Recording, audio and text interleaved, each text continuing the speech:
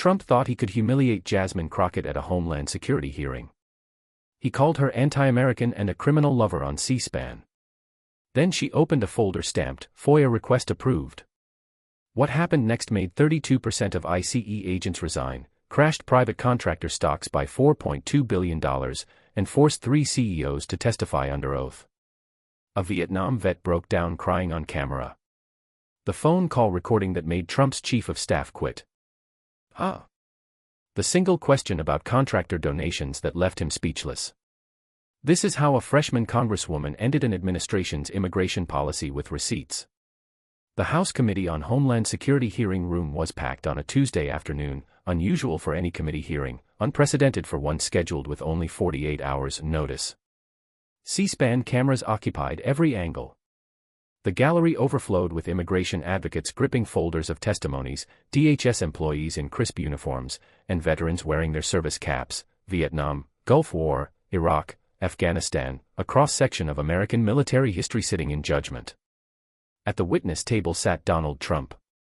A sitting president appearing before a congressional committee on immigration enforcement was almost unheard of.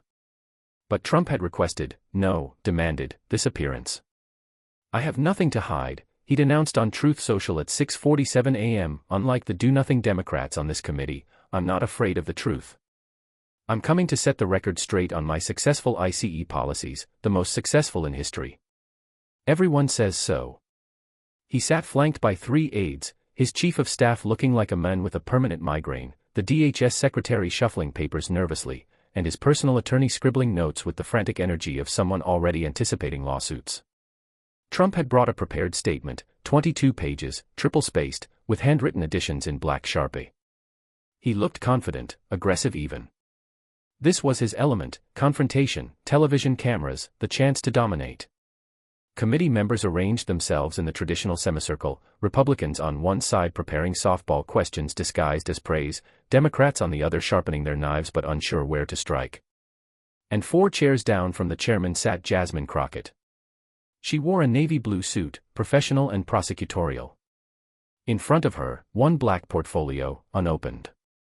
Behind her chair, 3 file boxes labeled Exhibit A, Exhibit B, Exhibit C in neat block letters. While other members reviewed notes frantically, she sat with a calm expression, taking notes during the opening statements with the methodical precision of someone who'd spent years in courtrooms. The chairman gavelled the hearing to order. The Committee on Homeland Security convenes this special session to examine the implementation and impact of recent immigration enforcement policies. "Mr. President, thank you for appearing voluntarily." Trump waved magnanimously. "Happy to be here, Mr. Chairman. Unlike some people, I believe in transparency. You may proceed with your opening statement." Trump didn't need to be asked twice. He launched into his standard rhetoric, the words so familiar they could have been a recording. "We have the strongest border security in history, the strongest. People come up to me, Border Patrol agents, ICE heroes, and they say, 'Sir, you're the first president who actually cares about us. You give us the resources we need. You let us do our jobs.'" He pulled out his first prop, a laminated chart showing arrest statistics with bars climbing steeply upward. "Look at these numbers, arrests up 340%. 340%. That's not just good, that's incredible.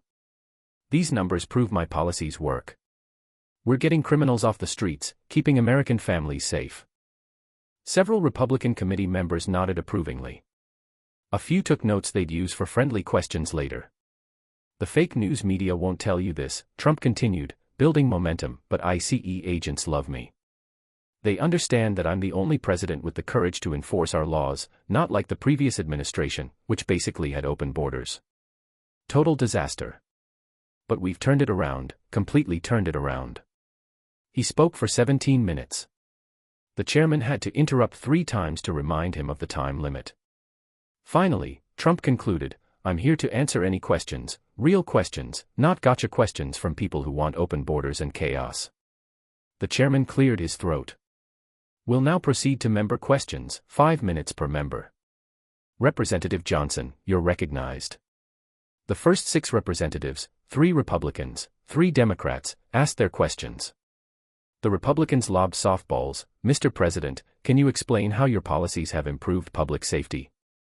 Trump answered with more statistics, more anecdotes about agents thanking him, more assertions that he'd accomplished more than any president in history. The Democrats tried harder, but their questions lacked focus. They asked about family separations, about conditions in detention facilities, about legal challenges. Trump deflected each one with practiced ease. That's been taken out of context. You're looking at old data. The courts will vindicate us completely. He was enjoying himself.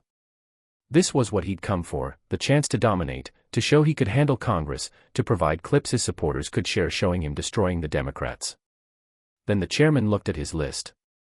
Congresswoman Crockett, you have 15 minutes for questioning. Crockett had been silent for 40 minutes, taking notes in her neat, precise handwriting. Now she looked up, set down her pen, and folded her hands on the desk. Trump didn't wait for her to ask anything. He turned toward her like a turret finding its target and unleashed. "Oh, here we go, the public defender." His tone dripped with contempt. "You know what she did before Congress, Mr. Chairman." Congresswoman Crockett defended criminals, the worst criminals, rapists, drug dealers, MS-13 members. While our brave ICE agents were protecting America, she was in courtrooms trying to get these animals released back into our communities. Several committee members shifted uncomfortably. This was aggressive, even by Trump's standards, personally attacking a member before she'd asked a single question. Trump wasn't finished. Her district is a disaster, complete disaster. Crime everywhere. Has she done anything about it? No. Instead, she's here wasting everyone's time trying to make me look bad. But the American people see through it. They know who's really on their side. He leaned back slightly, warming to his theme. You know what's interesting? She's never served her country, never worn the uniform. My father was a respected businessman who built things, who created thousands of jobs, employed thousands of people. But she thinks she knows better than me about protecting America. She'd rather protect illegal immigrants than American citizens. She'd rather spend taxpayer money on people who broke our laws than on veterans who served our country. Crockett made a single note on her pad, 3 words. Her expression didn't change. I've been to the border, Trump continued, his voice climbing. I've met with ICE agents, the real ones, not the political ones. They tell me, sir, you're the first president who actually cares about us. You give us the resources we need. You let us do our jobs. But people like the Congresswoman, they want to abolish ICE. They want open borders. They want to turn America into a third-world country where criminals run free and law-abiding citizens live in fear. He settled back, satisfied, the gladiator who delivered the killing blow. So go ahead, Congresswoman. Ask your gotcha questions. Try to make the president look bad, but the American people see through it. They know who's really protecting them. The hearing room was dead silent. Even the Republicans looked uncomfortable. Several Democrats appeared ready to object, but the chairman had frozen, unsure how to proceed. Crockett set down her pen. She looked at the chairman, not Trump. When she spoke, her voice was so quiet the stenographer had to lean forward. Thank you for that comprehensive introduction, Mr. President. She paused, organizing the papers in front of her with deliberate precision. Each movement was measured, calm. When she looked up, her eyes held steady. Before I ask my questions, I want to establish something for the record. You mentioned my work as a public defender. You're correct. For 6 years, I represented people who couldn't afford attorneys, as guaranteed by the 6th Amendment of the Constitution you swore to uphold. Her tone remained conversational, almost professorial. I defended citizens accused of crimes, not all of them were guilty. In fact, 23% of my clients were later exonerated, found not guilty, or had charges dismissed due to insufficient evidence. One of them, Marcus Williams, served 3 years for a crime he didn't commit before DNA evidence freed him. He's now a Dallas police officer, Mr. President, one of those brave law enforcement officers you claim to support. Trump started to interrupt, but the chairman finally found his voice. The Congresswoman has the floor. I share this because you seem to believe that defending the legal process makes one unpatriotic. I disagree. The right to counsel, the presumption of innocence, these aren't obstacles to justice. They are justice. But let's move to why we're actually here. She opened the black portfolio. The clasp clicked, not loudly, but in the tense silence, it sounded like a gavel being struck. Mr. President, you've made several claims about ICE's effectiveness under your policies. You've cited arrest numbers as proof of success. You've stated that ICE agents support you unanimously. You've asserted that your policies target dangerous criminals. She lifted a document from the portfolio. I'd like to examine those claims with actual evidence. Trump's smirk began to waver. His aide's phone buzzed frantically. In the gallery, people leaned forward. Before I begin, Crockett continued, her voice still quiet but carrying perfectly in the silent room, I want to acknowledge I'm not a veteran. You're correct. I haven't served in uniform. But my grandfather earned a Purple Heart at Normandy on June 6, 1944. He was 19 years old when he stormed that beach. He didn't talk about his service much, most veterans don't, but he taught me one thing about patriotism that has guided my entire career. She paused, meeting Trump's eyes directly for the first time. He taught me that patriotism isn't measured by how loudly you praise yourself. It's measured by how faithfully you serve others. The veterans in the gallery sat motionless.